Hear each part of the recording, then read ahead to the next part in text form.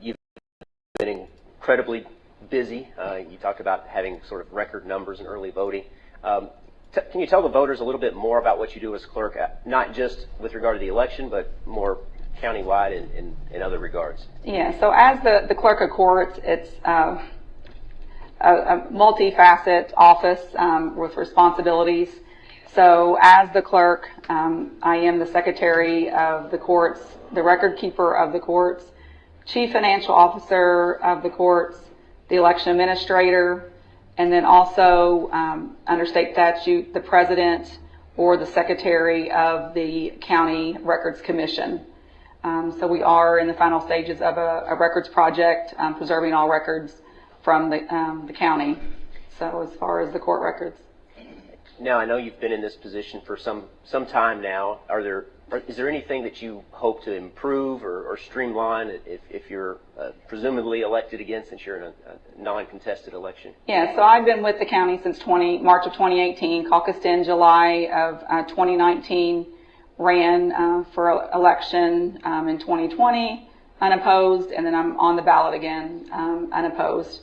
So what I hope to do, and of course 4 years, it does go by quickly, and so that's something that we know that there is a lot of responsibility, that literally when you're entering your last term of office, you are preparing to leave office. And so as much effort, blood, sweat, and tears you put into the office, you want to leave it in that condition and then pass the torch on to the next clerk. On the court system, judges and also our prosecutor, their terms are longer. So you don't want to disrupt the judicial branch of local government because the clerk is leaving, and the term limits do not match the judges. So you're wanting to leave it better than what you found it. And so I believe wholeheartedly that's the main purpose of this next term of office. And it's, it changes constantly, and so you just got to change with all the new laws, and of course the election world is a completely different beast too. If you would, just before we wrap up here, I know you get lots and lots of questions, undoubtedly, especially during a presidential election cycle. If you would just say again for the people who might have questions about the voting process, how they can get in contact with the clerk's office. Yeah, so you can call our office at 812-883-5748. You can email to clerk@washingtoncounty.in.gov or come to our office. We're open 8 to 4, and again, early voting is 8 to noon and 1 to 4 Monday through Friday, and these next 2 Saturdays 8 to 3. One thing that is always confusing with voters, Indiana is still under that straight party ticket. So any school, nonpartisan races, school board, any vote for more than one. So for instance, our county council race, there are 3 candidates in that office. There's only 3 seats available, but still if you pull a straight party ticket that's associated with that party, it's not going to pick them up. Also your retention questions, and we have a public question. So that you have to watch, if you are doing a straight party ticket, that there are some races that you have to actually go to and pick, and you can bounce back and forth on the parties. So if you pick a straight party ticket in that box, you can go down to another office and choose a different candidate of a different party, and it will pick that up. Okay, great. Well, thank you, Stephanie Rocky. Thank you. All right. If you would give everybody a round of applause for Stephanie Rocky. All right, next we're going to go more or less in order from most high-level election, and by high-level I mean national down to state and then to local. I don't believe we have anybody here obviously from the presidential election, the U.S. Senator, Governor, Lieutenant Governor, Attorney General. So I think we would go next to state representatives. So I know I saw Jim Lucas out here. Do we have any other state representatives present? If all 3 of you would come forward, I'd greatly appreciate it.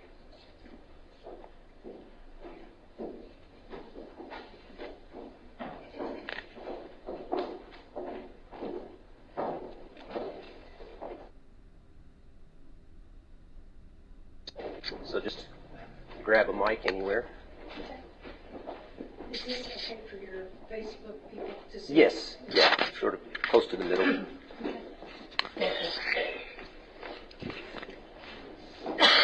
Excuse me. Put that on. Yeah. Put it on or set it? Yeah. You go ahead. You clip it on you. All right, thank you each of you for being here, and I apologize. I recognize Jim from the spring from the April political forum, but I know I met Ms. Blessing, and then I apologize. What was your name again? Trish Whitcomb. Trish Whitcomb. Okay. Yeah. Well, thank each of you for being here this evening. Thank you. I want to give each of you just a few minutes to start out. If you would, just tell the voters who you are, why you're running, what kind of experience you have, and what you hope to accomplish if you're elected. Jim, we'll start with you. Well, thank you, and thank you everybody for showing up this evening. I appreciate you taking time out of your busy schedule to come listen to what we have to say. My name's Jim Lucas, and I'm running for state representative for District 69. I was born in Seymour, still live there, graduated Seymour High School in 1982, joined the Marine Corps out of high school, finished up my tour, came back, and worked, and I've been there ever since. I'm a Marine Corps veteran, lifelong member and past elder of Emmanuel Lutheran Church, small business owner for 25 years, and member of Seymour City Council for 2 terms, and have been up at state representative since 2012. A+ rating with the NRA, 100% pro-life rating with the Indiana Right to Life, and I absolutely love serving the people. And this is why I continue to run. I like making myself available. I like standing up for what is right. And I feel that I'm doing a very good job and wish to continue. Thank you, Mr. Lucas. Ms. Whitcomb, I think we'll go with you next since you're running in the same district as Mr. Lucas, District 69. So if you would just tell us your name, tell us a little bit about yourself, Sure. what you hope to accomplish if you're elected. Thank you very much. And thank you all for coming tonight, too. My name is Trish Whitcomb. I am from Seymour, went to Seymour High School, went to Butler University twice, went to the University of Wyoming for graduate school in a concentration of economics and finance. So I'm a nerd, I'll admit it. So I am running because I feel like Southern Indiana is falling behind. We are losing ground when it comes to economic development in several ways, but we also have issues with child care and with health care and those kinds of things that we do a pretty good job of creating some kinds of jobs, which is okay, but when it comes to what supports people and gets them to work, and if a mother, I've had employers tell me, and Jim may have had some experience with this himself, if child care isn't available, the mom is the one that has to stay home, and that disrupts everything. So I feel like our needs in child care and elder care, I went through this with my own mother, and sorry, I'm going in and out. Went through this with my own mother, and I can tell you it is not easy to get that sandwich generation thing going on. So those are my main concerns, that I want to support the human infrastructure with education and child care, elder care, health care, mental health care, the care. I'm on the care bandwagon. Thank you. All right. Thank you, Ms. Whitcomb. Ms. Sarah Blessing, you're running for District 70. Your opponent would be Karen Engelman, who's not with us this evening. But if you would, just tell us a little bit about yourself, your name, where you're from, what you hope to accomplish if you're elected as state representative. Sure. Thank you all so much for having me, and thanks for doing this. So I'm Sarah Blessing, and I'm a former mostly 5th grade teacher for 18 years in New Albany. I'm from Floyd County, and now I live in Palmyra, Indiana, which is just 18 minutes away from here with my husband, and we have 3 children. And once I stopped teaching during the pandemic, I really felt a deep calling to help my community. And I've been involved with the Harrison County Democrats and with a lot of organizations since then. And I ran for State House. I got on at the last minute when I kept trying to find someone to run against my opponent. And so I decided I would do it. And the thing I'm most concerned about is our public education in rural areas, because of laws passed at the state level the last few years, we've been ripping funds from public schools and really hurting our rural schools. And I just feel like we haven't had a voice in state government in a long time, and you all deserve to be heard, and our kids deserve to be protected with quality, free public education. Thank you. I want to give each of you just a few more minutes to talk a little bit more about some of your priorities. I know, Ms. Whitcomb, you talked about care, and Ms. Blessing about education. So, Mr. Lucas, I'll come back to you. What would a few of your top priorities be if you're reelected in District 69? Next session is the budget year, so obviously anything budget related, we have to pay close attention to that. With the new governor coming in, he will have a different set of priorities than what the previous governor had. It's looking like it's going to be Mike Braun, who's a successful business person, so I hope he brings that business side, his business sense to government. Cuts where we need to cut government where it can be cut. And this is where we have to ask people, what is the role of government? So we have to take a close look at that. Education is obviously another issue. Indiana Constitution provides for public education, but to say that they're losing money is simply not true. We have increased funding for education every year we've been up there, and we have funding following the child. So if a public school is losing money, that means they're losing students. And by empowering parents to have a choice, have a say in their child's education, I think that has something to do with it. And I would point out that open enrollment, where a child can choose, where a parent can choose education between public school systems, that is the largest school choice system that we have. Another issue that I will be paying very, very close attention to is illegal immigration. That is something that is catching a lot of our small rural communities flat-footed, and we have to look at that, thread the needle, because the feds do tie our hands substantially, but at the state level there are things that we can do that I will be paying close attention to. All right. Thank you, Mr. Lucas. May I just make one comment about the money following the kids? Wait, Well, just actually, real quick, you're because next. if they No, leave- you're okay. next. So I want to give you an Okay. opportunity. Yeah. Let me so. just say, the money following the child works to a certain point, but if that child who takes a voucher or goes to a charter school for some reason needs to return to public school, that money goes up, reverts to the general fund. And so it isn't that the money follows the student. It's not like Johnny goes to a private school and then something happens and it doesn't work out, and he goes back to Wslm High School. Wslm High School doesn't get that money back. They do. Yeah, I think you know that. Okay, so what else would I be, other priorities? What other priorities? Yes, you Yeah. mentioned care or child Yeah, care earlier. yeah, What other yeah. priorities would you have? Well, this may seem very esoteric, but I'll tell you the one thing that is a big concern to me, and that is the influence of lobbyists and their money on legislative decisions. Not in this previous session, but in the session before that, legislators received over $20 million in gifts from lobbyists. And I mean like pacer tickets and trips and things like that. I just want to go on the record saying that I would be one of the 6 or 7, I can't remember how many there are, who don't even take a cup of coffee from a lobbyist. And so I want to make that clear. I just want to make it clear that I signed the pledge to term limits, and I will abide by that as well. All right, thank you, Ms. Whitcomb. Mm-hmm. And finally, Ms. Blessing, I'll just give you a couple more minutes if you would talk about a few more of what your priorities would be if you're elected. Yes, I am really big on giving more rights and freedoms to Hoosiers instead of taking them away like that has been happening in the last few years. I have never had an abortion, thankfully, but I have 3 children, and before I had my twins, I had a miscarriage. And thankfully, this was before we lost our right to women's health care. And I was able to go to my doctor and get a pill and pick it up at my pharmacy and go home and very painfully get that child out so that I didn't die.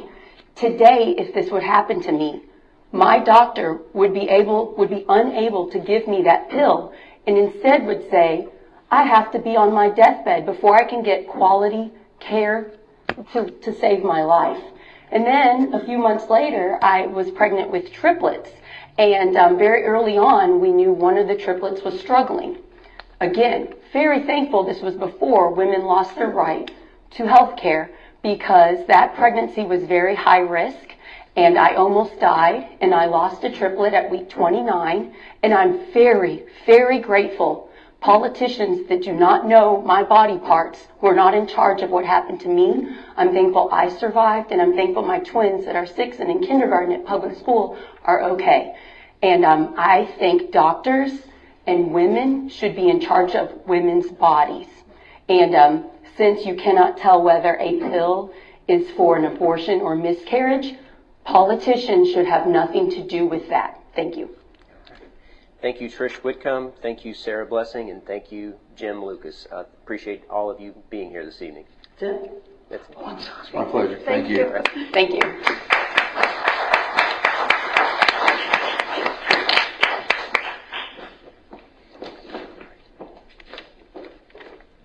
All right, moving on down the list.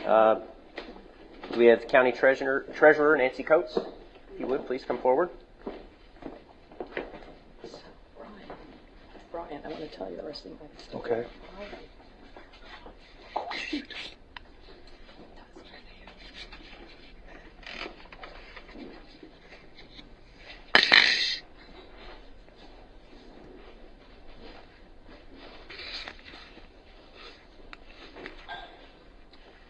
All right, good evening, Ms. Coates. Hello. Like Ms. Rocky, you're also running uncontested, correct? And you're Correct. running for County Treasurer. So if you would, just take a few minutes, tell the voters your name, where you're from, tell them a little bit about yourself, and what you have accomplished as Treasurer and what you hope to accomplish as Treasurer going forward. Hi, I have served as Washington County Treasurer for almost 4 years now. I am running unopposed, so I'm privileged to be able to serve another 4 years, and really love my job. I enjoy it very much. I sort of wanted to tell everyone, well, I'm born and raised in Salem, left and joined the Army, served my country, lived in Germany, different places, and we wanted to come back to be around family. So in 2013 we came back, and then I decided to throw my hat in the ring and really have enjoyed this job. I just wanted to give a quick synopsis of what the Treasurer's Office does. We handle all monies that come into Washington County. During the year, I have the responsibility of preparing the tax statements, mailing them to each of our residents in the county. I do realize that paying property taxes is not the most fun thing to do, but it is an essential component of keeping our county funded and running essentially, so I appreciate every taxpayer in Washington County. Each year I get many questions on how property taxes are determined, so I just wanted to do a quick synopsis on that. There is a tax rate for each township, which I do have listed in the Treasurer's Office if anybody wants one, or they can email me. I'm going to talk about fall taxes too in just a moment. Then how much your property is assessed for and the exemptions you have on that property determine your property taxes. Our office also handles tax sale. We had it September 10th this year, and I believe we sold 26 properties at tax sale. Tax sale is if you're behind on your taxes for 2 years, then your property's up for tax sale. We spend a lot of time on tax sale. It's something that at the beginning of this year, we had 316 parcels that were eligible for tax sale, and it got down to 26 the day of tax sale. We spend a lot of time on the phone. I try to find phone numbers, talk to numerous people to try to give somebody that's already struggling to pay the opportunity to save some money. Because once the parcels are certified to court, then there's a lot of added costs that go onto it. So I feel like serving Washington County, I'm trying to help people save money. We handle all the excise money that comes to the county from B&B, boat, auto rental, aircraft, and lottery. We handle receiving all the funds, reported collections from each office that's in the county. We also issue mobile home moving and transfer permits in our office.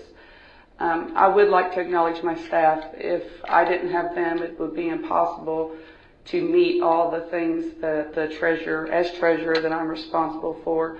And there are many other countless things we do on a day-to-day basis. I am running unopposed, and I would appreciate your vote. And it's been a pleasure serving Washington County. Thank you, Nancy Coates. Thank you.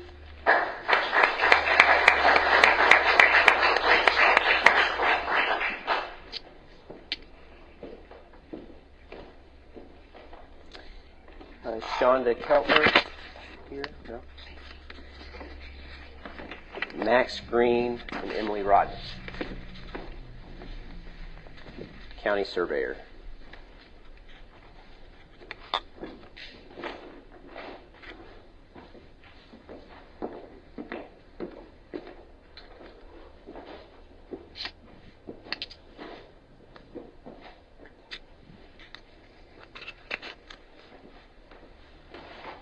Good evening, Ms. Rodman. Hello. Thanks for having us today. Thanks for being here.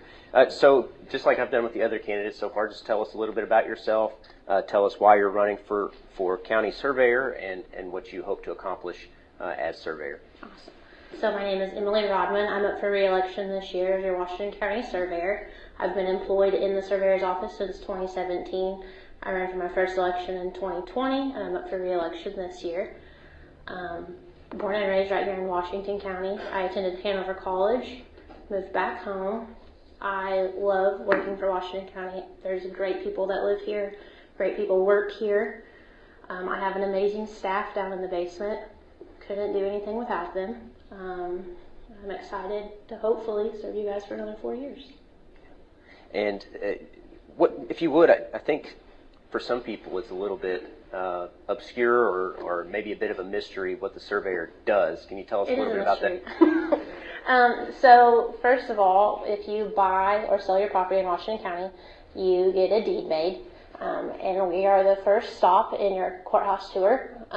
We read the legal descriptions. We are sure that your property is located where it's supposed to, that you're selling a property that you do in fact own. We stamp off on that, and that goes on throughout the building. The next week it comes back down once recorded. We update the county GIS. We update property lines if they need moved. We are responsible for keeping up legal surveys. So there are two different types of surveys you can have done, a regular survey or a legal survey. We have to keep legal surveys filed. We have to follow a state statute for that. We also keep up with our corner perpetuation. I am not a licensed surveyor. So as surveyors come out in the county and they turn in surveys, we document where those corners are. We log them into a system. So that way local private surveyors, when they come in and do surveys, they're easier access to contact files to get their jobs done faster. As a surveyor, I sit on the County Planning Commission. We're also responsible for your tobacco and alcohol permits. I'm a stop for that. Just a little bit of everything, but normally definitely reading legal descriptions, mapping out properties, making sure the county GIS, which everyone loves, is up to date. Well, thank you, Emily Rodman. If there's anything else you'd like to tell the voters, I want to give you that opportunity. I'm good, but thank you. All right, sounds good. Well, thanks for being here this evening. Thanks for having us.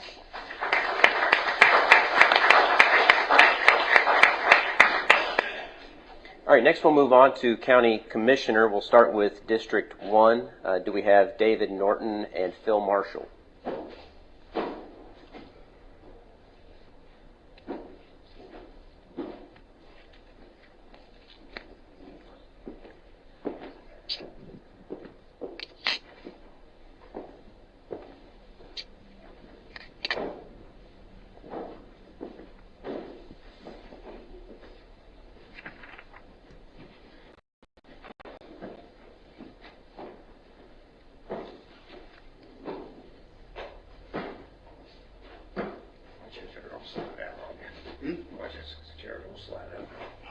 Trying to be careful. Thank you. All right, good evening, gentlemen. Mr. Marshall and Mr. Norton, thanks for being here this evening. Thank you. Thank you. Phil, Mr. Marshall, we'll start with you. You're running as a Republican for Washington County Commissioner District 1. If you would just tell us a little bit about yourself, why you're running, and what you hope to accomplish as Commissioner. Well, I'm Philip Marshall. I'm from Jackson Township, District 1, Martinsburg.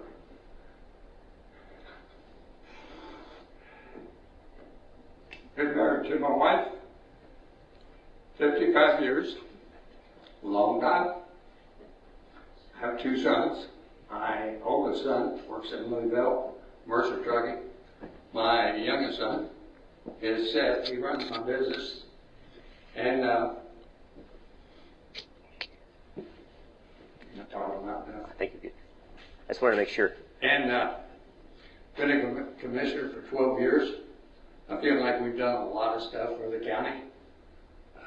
There's a gentleman I seen come in this room that told me, when I asked him what was involved, he said you have 2 meetings a month. And he lied. But that's the nature of a politician, I guess. We started out this courtroom, I'm proud of it, when we redone it, when we built a new justice building, and the clerk moved up there to be with the circuit court. Make it handier for you guys, public defenders. And today, the office building here has been renovated to make it as nice as we could for the constituents of Washington County. Again, I feel like we've done a lot of stuff for the county. When I come in, we didn't have longevity, we didn't have raises, and we've worked hard to conserve and to save money to the constituents of the county, and to make it a good working operation. I work with, I got in, when we first got in, we took on with Floyd County, Clark County, Crawford County, Scott County, and took some of their picks of what they've done to make our county its equal. And I feel like we've done a good job there. There's a lot in old buildings that need to be looked at. And I feel like with my expertise as being an electrician and HVAC, that it's helped the county. This will be my 4th term running, and if I win, I've got my ideas of where we need to further, but yet we have to watch the tax base. We don't want to run everybody out. I'm sure Mr. Norton has got his own ideas, and I appreciate anybody running for office today, and that's where I feel the shortfall of political offices don't have the incoming rush of people to run it. And I commend anybody that does run. I appreciate everybody doing what they can do to better our county. Thank you, Mr. Marshall. Thank you. All right. David Norton, same thing. If you would, just introduce yourself to the voters. Tell us a little bit about yourself and what you hope to accomplish if you're elected as Commissioner for District 1. Yes. I want to agree with Phil. We would disagree about plenty of things, but I do appreciate people that run for public office, people that serve as poll workers, volunteer. The Democrat Party needs a few more poll workers, so if anybody's a Democrat out there that would take a day to be a poll worker, to be a good citizen. I've done it before. I enjoy meeting my neighbors, and I advise everybody should. Being a poll worker is a great experience. And, you know, teachers, all the people that serve, even if we disagree about things, I appreciate it. And that's one of the reasons I run, you know, from civics courses and history courses. People don't realize it takes people and institutions require people to keep things going. This doesn't all happen by accident, and we're all imperfect humans, and we'll all make mistakes. So even if I disagree with people, but my parents came from Kentucky in about 1956 after they got married. I was born in 1957 at the Scottsburg Hospital, which was on the square back then. I cost my parents $40 without insurance. And whenever I wasn't away at school, I was in Washington County at Little York, went to school at Little York until the 5th grade, then Salem, Indiana, and got a math degree from IUS, a master's in statistics from University of Kentucky, and a master's in industrial engineering from Northwestern. And so I think I could use that expertise to, look at spending and taxes and how things move around and understand things. And I think Washington County's in a tough spot like almost all rural counties. And I think the commissioners and public officials have had a hard job. The population is not increasing. The population is getting older. People have fewer kids, and the kids move away, especially after they get educated. So we actually have fewer entry-level workers and workers than we did 10, 20 years ago, because we got the same number of people, and more of those people are retiring. And so we want jobs, we want industry to stay here because we want the money coming to the community, but we don't have people. We have restaurants. We've had, I think, 2 restaurants shut down because they didn't have workers.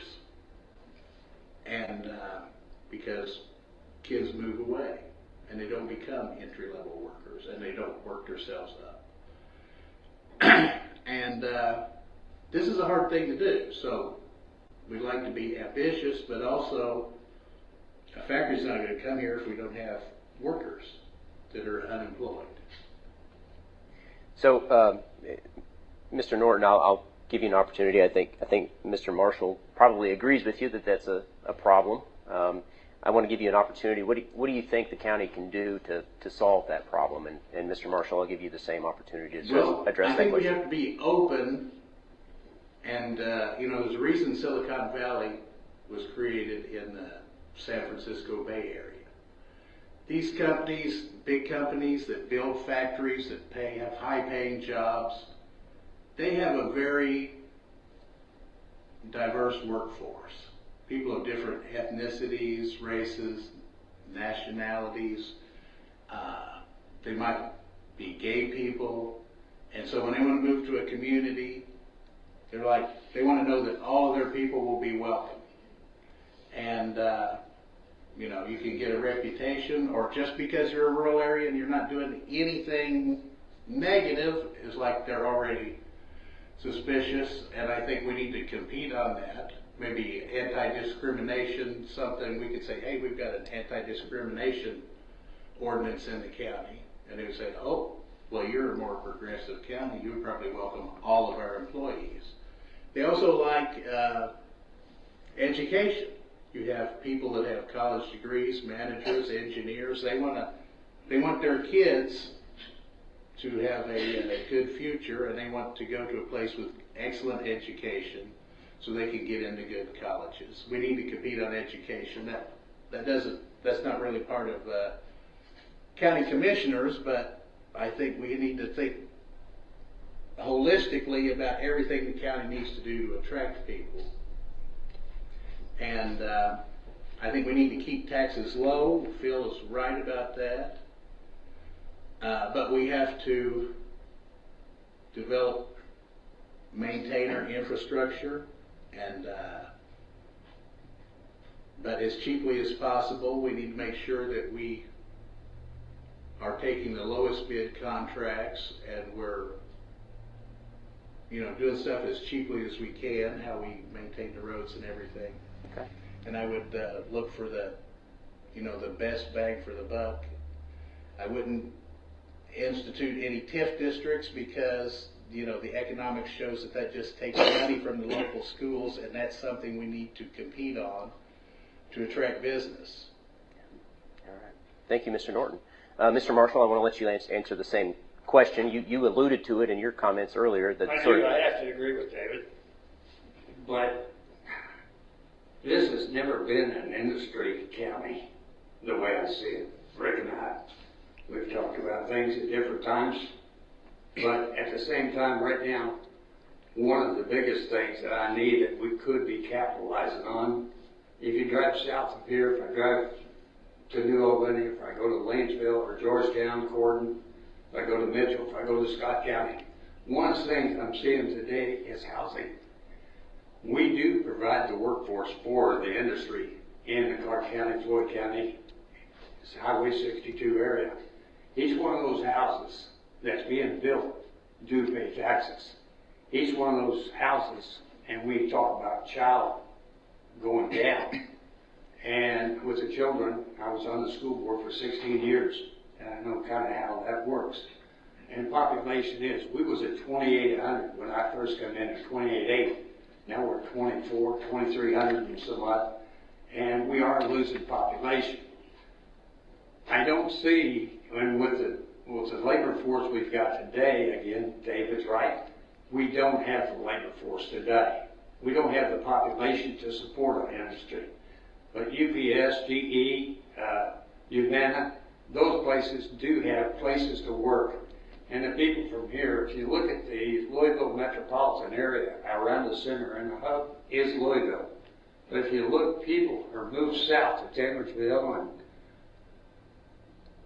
south, basically Frankfort, Finchville, Fisherville.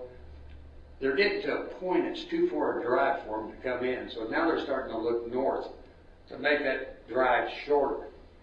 If we supplied a housing base for the population to have a closer place to get to that, but that money is going to come back to this area. And with that, you're creating smaller businesses to survive with your Walmarts, which has been a tremendous thing for us here, and it's shot in the arm. And if you go out and look at that parking lot, it's pretty well full. And that money is staying in this area. But as far as us saying we need to build an industry, we don't have the infrastructure for it. Our infrastructure is like some of the buildings in town. They're falling down, and they need upkeep. And that's what we've been doing for the past 12 years, I can tell you. And this is some of my ideas. If I look at the housing building around us, and I look at the tax base, it will generate money for us. If we can start out with some money to work with, and that's our trouble right now, we don't have much money. If you look, we don't have a boat like Harrison County. We don't have industry like Floyd and Clark. We're sitting here, we don't have an interstate, we don't have a ship, we don't have a railroad now. And these are some of the things that's contributed to the downfall of our county. Yet, if you look at Washington County, and you look at the 3 schools, what you see in our school, excuse me, with our kids, you don't find that in your larger cities like we've got here. I'm sorry. We got a lot of assets. We just need to use what we've got and learn how to do them right. All right. Thank you, Mr. Marshall. I want to give each of you just about a minute, just in closing, just to give your parting thoughts and your parting comments to the voters. What do you have to say to the voters, your elevator pitch? Why should they come out and cast a vote for you come Election Day? Well, first I want to agree with somewhat, or most of what Phil is saying there. A lot of people think industry is going to come back and do it, and people don't realize that this country makes more manufactured goods than we did 50 years ago, but they're doing it with less people. It's just like agriculture. That used to be 50% of the labor force, and now we're producing more agricultural goods than ever with 1% of the population. Manufacturing is going the same way. It's automation. People think it's going overseas. We're making more than we ever made in this country. It just takes less people to do it. So the jobs are going to be different.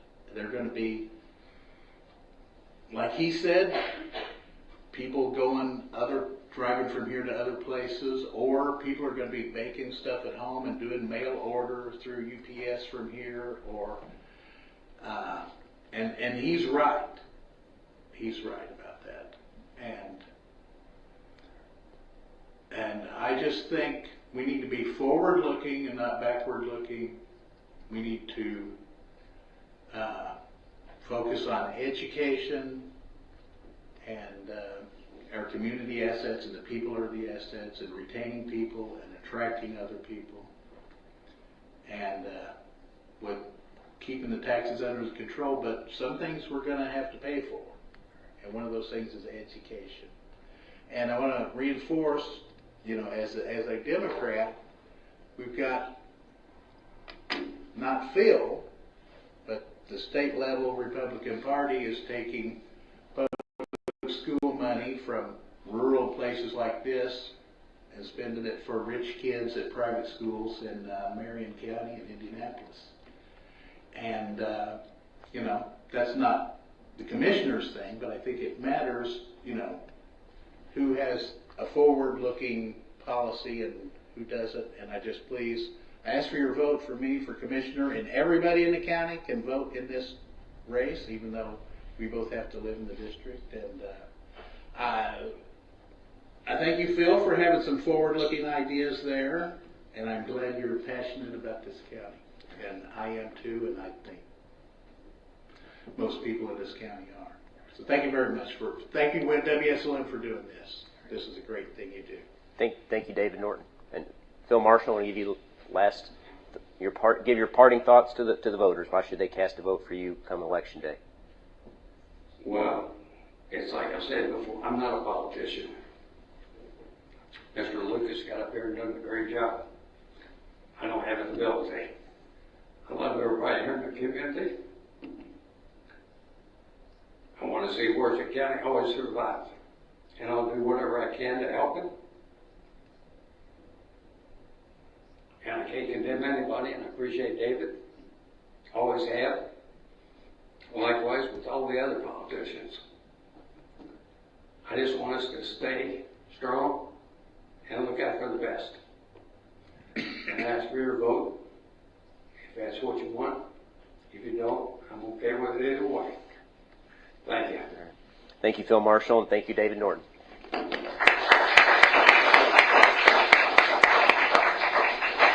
All right, next we have Washington County Commissioner District 3.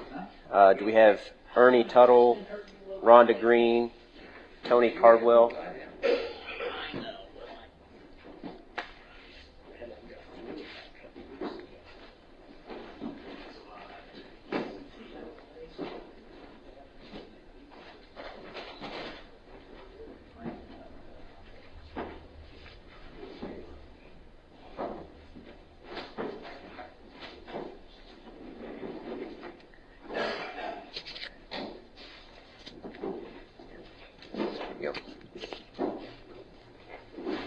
All right, good evening, gentlemen.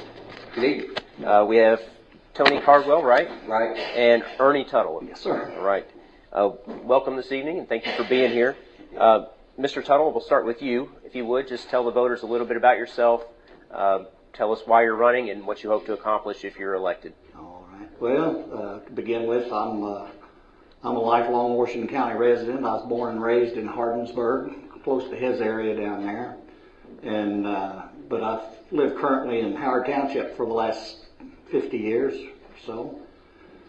And I tried farming once and lost my butt on that long time ago in the 80s. So I went to started a business and went in business for another 20, 25 years. And then in 2005, I retired and started farming again. So that's about where I'm at right now. So. And what do you hope to accomplish if you're elected as commissioner? I just want to try to help the community and do the best I can to try to keep everything coming and going. I'm kind of liberal. I like to try to save money also. So even though I'm on the Democratic side, I still kind of pinch pennies a little bit. So I think I can help them out in that respect. Sounds like the budget's a priority for you. Yeah. Is there anything else that motivated you to run? Any particular issue? Not really. I mean, I don't really have an agenda that I specifically can come up here and say I've got to do. I just feel like that I can work with anybody, and I'm going to have to work with people because one person's not going to do this anyway. You got the 3 people on the board here, and then you also have to work with the council. So, and I feel like I can do that. Thank you, Mr. Tuttle. Mr. Cardwell, same thing. Just introduce yourself to the voters. Tell us a little bit about yourself and what you hope to accomplish if you're elected. All right, my name is Tony Cardwell Jr. I'd like to introduce myself and proud to say I'm the Republican nominee for the 3rd District Commissioner. I am 54 years old and was born and raised here in Washington County. Here's a little bit about myself. I think I'd be a good fit for this job. Fresh out of high school, I started working construction. By the age of 22, I became a supervisor where I oversaw multiple jobs simultaneously with a crew of up to 20 people. At the age of 30, I then started my own concrete and joint sealing business. Within 3 years, I built this business up and had it up to 30 employees and over 20 trucks at any given time. Job sizes range from a minimum price job to over $1 million projects. During this time, I was pre-qualified to do work performed from states of Indiana and Kentucky, performing work with the state highway departments, numerous airports, and municipalities. As both as a sub and prime contractor, this experience has taught me not only the way a job should be performed, but also the proper procedures for awarding and letting projects. My 35-year-plus career in the construction business has given me the knowledge, experience, and understanding in highway and commercial building construction, which falls hand in hand with some of the duties of being a commissioner, as I understand the importance of keeping up with the infrastructure of this great county. Currently, I own and operate several businesses within Washington County. If was given the privilege of serving this wonderful county as commissioner, part of my vision would be as follows: to work hand in hand with other departments and branches of government, such as the council, clerk, sheriff's department, highway departments, etc., not only for the betterment of our county, but also for its safety. To give the citizens of Washington County more opportunity for their voices to be heard. One example of this is to be having the meetings at a time that allows the working people a chance to attend and participate. To improve on the bidding and letting processes by informing, inviting, and allowing more vendors the opportunity to participate. Go through county ordinances and modify or abolish any of those that are not compliant with state law or those that are not conducive to the economic advancement and development of Washington County. To work with, educate, and assist all small towns across Washington County to get them to and stay in compliance and remain in good standing so they can prosper. After all, small towns are the backbone of America. This is just a small insight of my thoughts and plans for Washington County. Being goal-orientated, having a new perspective on old problems, I will work hard and do my due diligence to help move Washington County straight up and straight forward. All right, thank you, Mr. Cardwell. I want to give each of you just one more opportunity. If you would, just tell the voters why your elevator pitch. Why do you think they should cast a vote for you come Election Day? Well, I think I can perform the job pretty well. I spent 8 years on the school board, so basically this is not exactly like a school board, but I'd say it's pretty close. So it's a matter of being able to work with other people that you're going to be constituents with. So that's what I feel like I can contribute to. So. All right. Thank you, Mr. Tuttle. And finally, Mr. Cardwell, if you have any parting words, I want to give you a moment to give those. State I'm a hard-working individual, young enough to have the vibrance to go out and work hard and obtain goals, and I think I got the knowledge and to assist Washington County into resolving some problems and helping things out. So would be a great asset. All right. Well, thank you both. Thank you, Ernie Tuttle, and thank you, Tony Cardwell Jr. Thank you.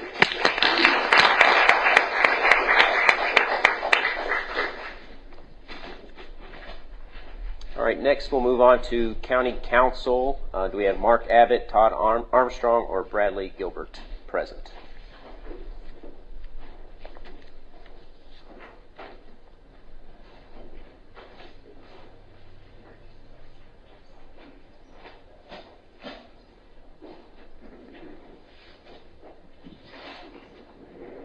All right, good evening, Mr. Gilbert.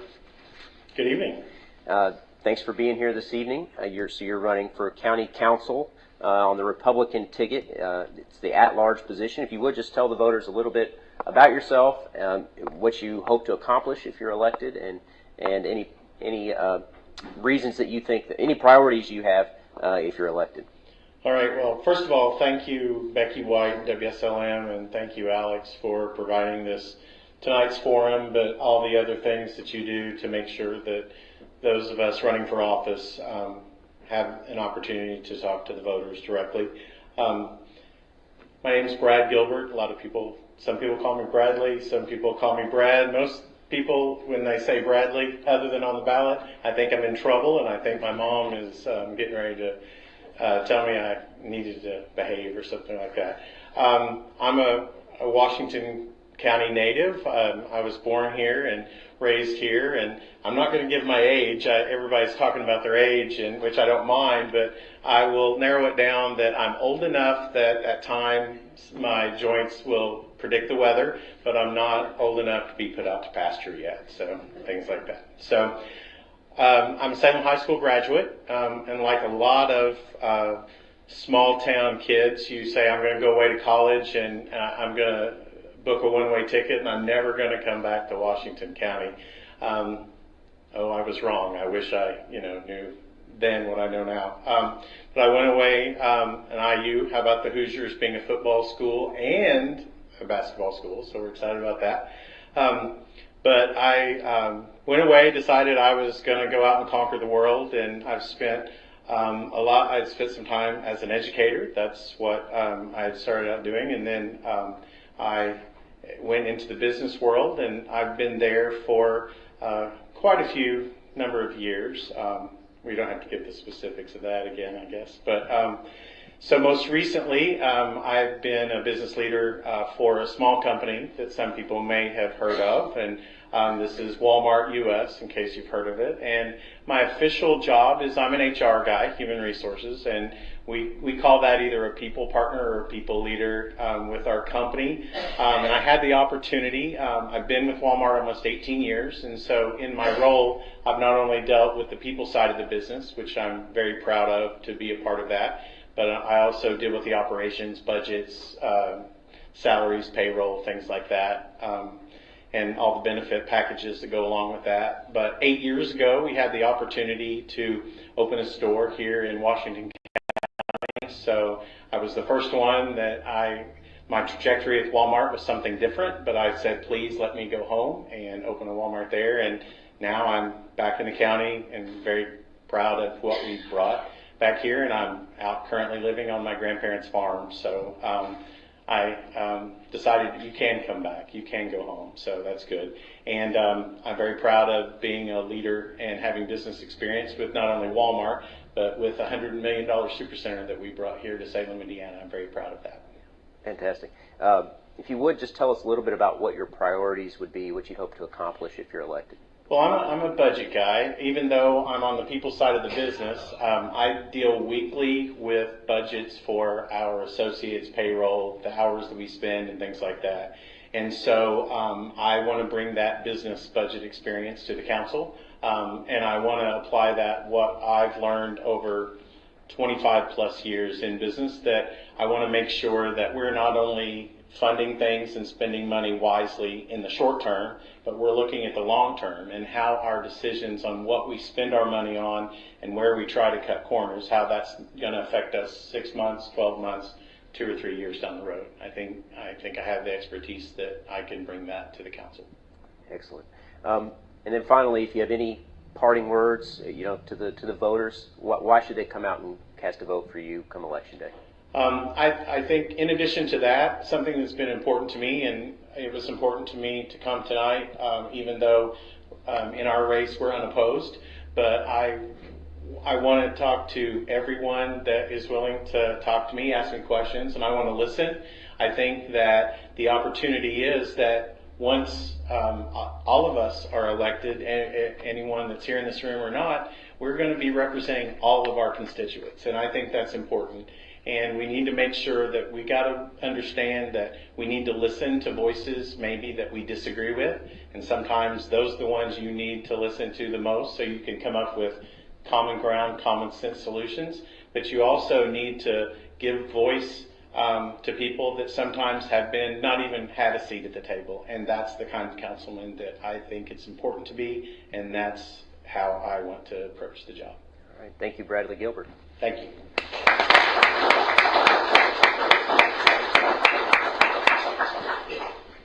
we have anybody here running for town council?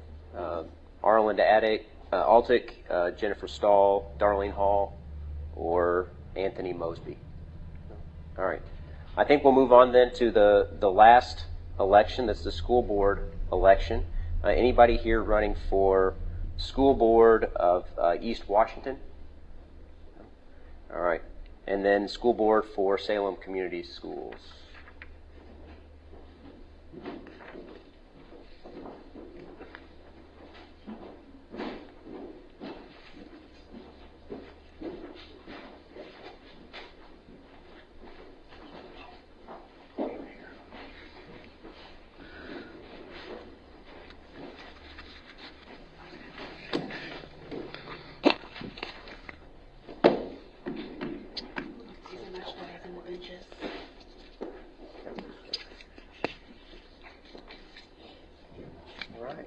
Good evening. Thanks all of you for being here.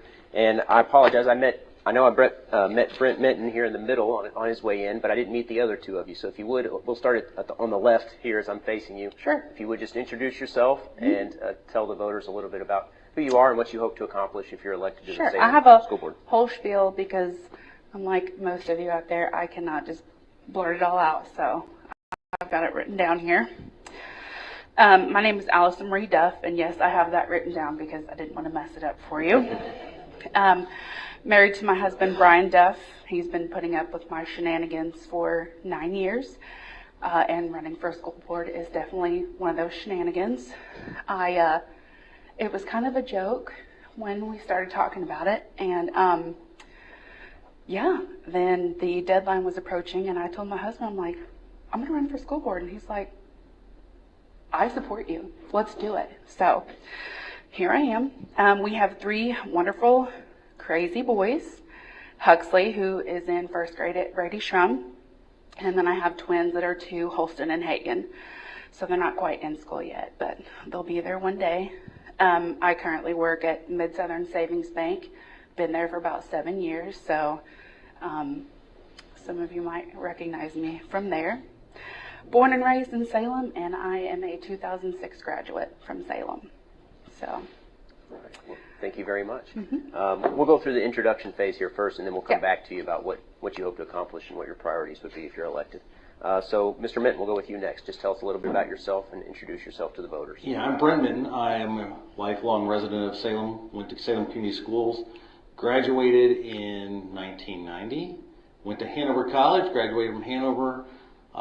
Yes, another Hanover graduate, and also attended IU and got my EDS this past year from Arkansas State. Been married to my wife Heather for 23 years. I have 3 kids. Catherine, who lives and works in Indianapolis. Aiden, who just graduated from Oklahoma State University and is working for IU right now. And then Lydia, who is still a student at IU.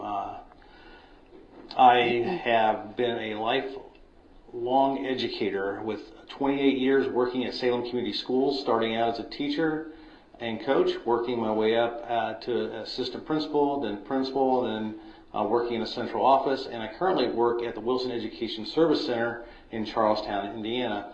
And what we do at the Wilson Center is we help schools in lots of different areas, and not just schools, but also government entities. And I've reached out to our government entities here in Washington County to see if we can help them out with the procurement process, and we can get equipment and supplies and things like that for them at a cheaper price, but yet to get them to do that yet. So hopefully we can get that to happen soon. Excellent. And finally, Mr. Sweeney, we didn't meet on the way in, but your name's right there in front of me on your shirt. So, Mr. Sweeney, if you would introduce yourself to the voters. Yeah, absolutely. Well, first and foremost, I want to thank you, Alex, for moderating tonight. I want to thank Wslm for hosting tonight's event. But my name is Ty Sweeney. I graduated from Salem High School in 2022. Born and raised here my whole long life of 20 years. So 20 years old, you think you're at the age where you know everything. I'm going to be humble and say I don't know everything. So I'm thankful there's people who are only a little older than me running for this position as well. So the reason I'm running, I believe in truth, transparency, and accountability. But freshman year of high school, I was suicidal and depressed. And I gave God a week to prove himself in my life. And at the end of that week, I fully surrendered my life to Jesus Christ. And so I'm running because I want to make sure no student ever feels the way I once did. I'm also running because I believe that there's a lot of things that we can do to make our school system even better than it already is. So I want to pave the way for young kids in our school systems to know that if they see a problem, they can stand up and change things.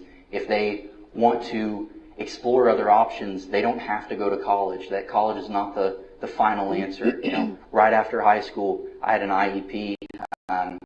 I did not get into a lot of colleges. I went and worked for a local small business. I've been there for about 3 years, and so I want to let our students know that they can do whatever they set their mind to. So, great. Thank you, Mr. Sweeney. And Ms. Duff, we'll come back to you. If you would, just tell the voters a little bit about what your priorities would be, what motivated you to run, Sure. and what would some of your priorities be if you're elected? I'm running for Salem School Board because I want to be the voice for this community.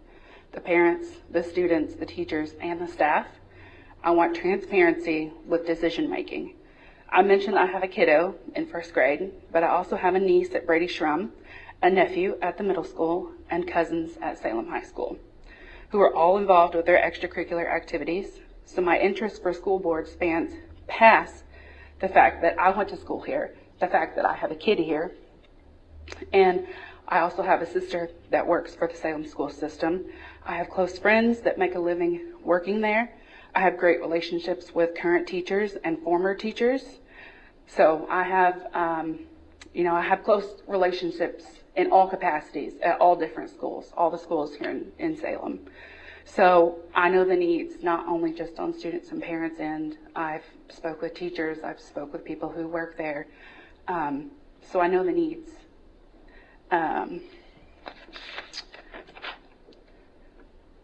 I've had current conversations with current parents about bullying and safety in our schools. I think that is a big issue. That's kind of what I want to put my soapbox on, that I think everybody has the right to feel safe in our schools. So I would like to try and find more resources for mental health. I think that's a big part of where it starts.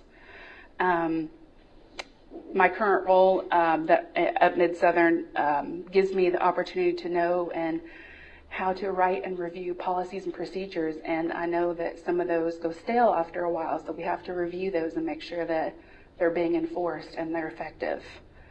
I'm proud of what Salem has done here recently with the safe rooms and the renovations. I think that's amazing. It gives families on the outside who are considering our school, they can see that we really do care about our school, that, it starts on the outside with what they can see, and then the inside with our teachers. Our teachers are great, our staff is great, all the above. So, like I said, I talked about how this kind of started as a joke for me, but then it became serious. So, while I've tried to make you maybe giggle a little bit tonight, but I want you to know that I take this seriously. I really do. My personality says to help. And shout out to Awareness Washington County, which I'm in this current leadership class for 2025. They helped me see that my personality trait is to help. So I want you to know that when I set my mind to something, that I do it to the fullest. I will do this to the fullest potential. So I will be a hard-working member for the Salem School Board. Thank you, Ms. Duff. Thank you. Mr. Minton, you next. We'll talk a little bit, if you would, about what motivated you to run and what some of your priorities would be if you are elected. Well, first and foremost, I love this community. I love this school system. As I said, as a student and then as a teacher and educator, administrator here of 28 years, I have always been invested in this school and in this community. The first and foremost, it's for students. And I know there was discussion earlier about funding for schools, and people need to know, that money doesn't follow the student truly. If a student is enrolled at Salem and they move to another school, that school doesn't get that money. Salem keeps that money. Same thing is if a student from East Washington decides they want to move to Salem during the year, East Washington doesn't give that money to Salem. It stays with East Washington. And so funding is a big part of one reason why I'm running. Again, we want the best for our students. We want the best for our community. I when I worked here in the central office, I did a lot of grants, and I wrote grants for the school where I raised over $1 million for the school system. They just finished up one of the grants last year in which it provided after-school activities for students. And it was such a great program, and it was a great asset to the school that I had people calling me and asking me, is there funding, more funding? And that I don't know. I mean, that would be something from the school. Something else, and I want people to know and understand, is that our legislature is looking at trying to close any school that's less than 2,000 students. Do you realize that none of our schools in Washington County have 2,000 students? None of our schools have 2,000 students. But our legislature has in their mind that 2,000 students is that magic number. And they want to close schools. My wife, she teaches at Crawford County. Crawford County, the only school in the county, by the way, less than 2,000 students. What would happen to those students? Would they have to be going to North Harrison, Corden, Southridge, whatever? So I'm going to be an advocate for our schools. I'm going to be an advocate for students. I'm going to be an advocate for our teachers. Our teachers deserve better pay. Our teachers deserve better materials and opportunities to provide the education that our students deserve. And I believe that we can work together as a school system with our two county school systems to better provide things for our students too. Thank you, Mr.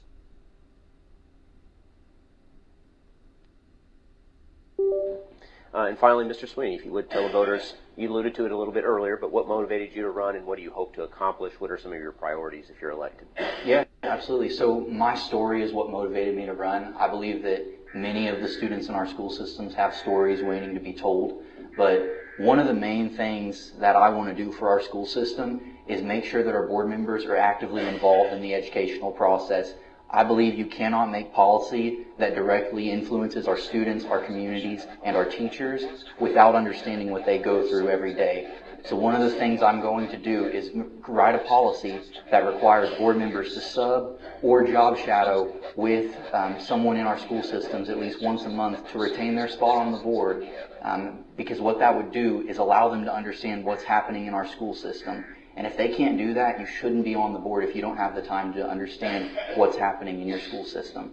But not just that, I mean, there's other things I want to do. So you look at the federal government, we have a State of the Union address. You look at the state government, we have a State of the State address. What I want to do is create a State of the Salem Schools address, where once a year we listen to the community, we take your questions, take your concerns. That's truth, transparency, and accountability happening in action. Being open, allowing you to come to us and say, here we are, what questions do you have, what do you want to understand more of?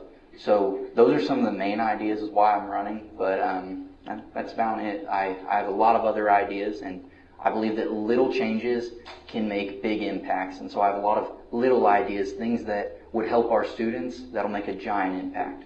Thank you. Thank you. And thank you, Allison Duff. Thank you, Brent Minton. And thank you, Ty Sweeney, for being here this evening. Again, thank you. Yes, thank you.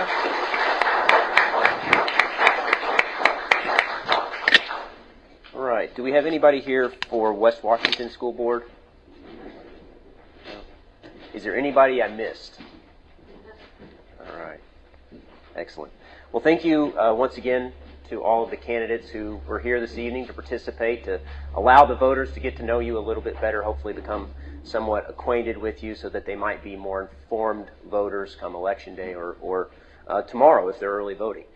Right? So I just want to emphasize that I think people often have our perspectives sort of backwards when it comes to elections. We pay so much attention and exert so much emotional energy when it comes to national elections, but you can really make more of a difference. You have a bigger impact in local elections. And so thanks to WSLM for allowing the local candidates, even the statewide candidates who are sometimes hard to access and get to know.